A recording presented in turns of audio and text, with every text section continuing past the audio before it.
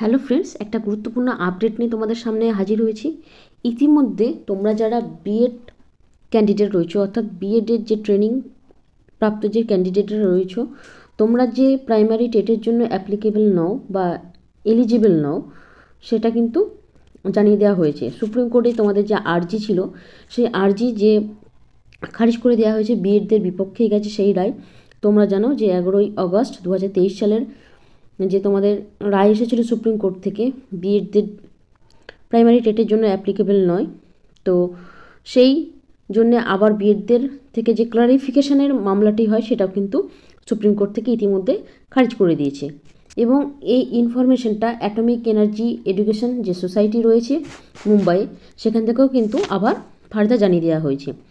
এইবার যে আপডেটটা আজকে তোমাদেরকে নতুনভাবে দেব, যেটা হচ্ছে চলতি যে নিয়োগ প্রক্রিয়া চলছে প্রাইমারি টেটে উত্তীর্ণ হওয়ার পর তোমরা যারা ইন্টারভিউ দিয়েছো, যেসব ক্যান্ডিডেট যাদের এখনও সেই ইন্টারভিউটা সুপ্রিম কোর্টের নির্দেশে অন্তর্বর্তীকালীন এখনও পর্যন্ত স্থগিতাদেশ রয়েছে, যে চলতি নিয়োগ প্রক্রিয়াতে বহু ক্যান্ডিডেট যারা ইন্টারভিউ ইতিমধ্যে দিয়েছো এবং তোমাদের নিয়োগ প্রক্রিয়াটা এখনও পর্যন্ত যেটা সম্পূর্ণ হয়নি, সেখানে যারা ওডিএল মোডে অর্থাৎ এনআইএস থেকে যারা ডিএলএড করেছো, 2 বছরের যে ডিএলএড ডিপ্লোমা করেছো, এবং সেইটা ছিল তোমাদের 18 মাসের কোর্স।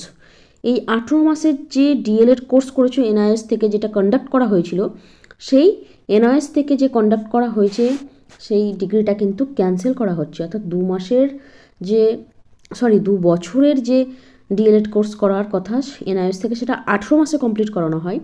এবং সুপ্রিম কোর্ট থেকে যেটা খারিজ করা হয়েছে তাদের এই ডিগ্রিটাকে, তো অ্যাটমিক এনার্জি এডুকেশন সোসাইটি আবার জানিয়ে দিয়েছে যে সত্যি এই ডিএলএড যে ডিগ্রি, সেটাকে কিন্তু খারিজ করা হচ্ছে। অর্থাৎ যারা এই নিয়োগ প্রক্রিয়াতে ইন্টারভিউ দিয়েছো, অনেক ক্যান্ডিডেট আছে যারা এনআইএস থেকে ডিএলএড কমপ্লিট করার পর প্রাইমারির যে টেট উত্তীর্ণ হয়েছেন এবং ইন্টারভিউ প্রক্রিয়ায় অংশগ্রহণ করেছিলে, তো তাদের কিন্তু এখন চিন্তার বিষয় যে এনআইএস থেকে যে ডিএলএড করা হয়েছে সেটাকে কিন্তু আর বৈধতা দেওয়া হচ্ছে না।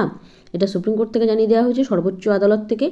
এবং অ্যাটমিক এনার্জি এডুকেশন সোসাইটি কিন্তু এই মর্মে যে নোটিফিকেশান দিয়েছে যে 2 বছরের যে ডিপ্লোমা ডিএলএডের এনআইএস থেকে সেটা 18 মাসে করানো হয় এবং সেটাকে আর বৈধতা দেওয়া হচ্ছে না।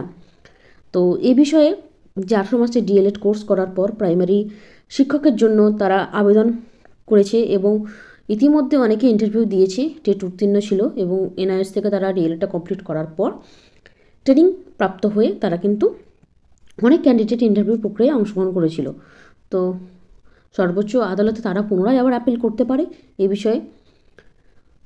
তবে এই আপডেটটা এখন উঠে এসেছে যে atomic energy education society supreme কোর্টের যে রায় সেটাকে মান্যতা দিয়ে তারাও জানিয়েছে যে এনআইএস থেকে যে ডিএলএড করেছে সেটাকে কিন্তু বৈধতা দেওয়া হচ্ছে না।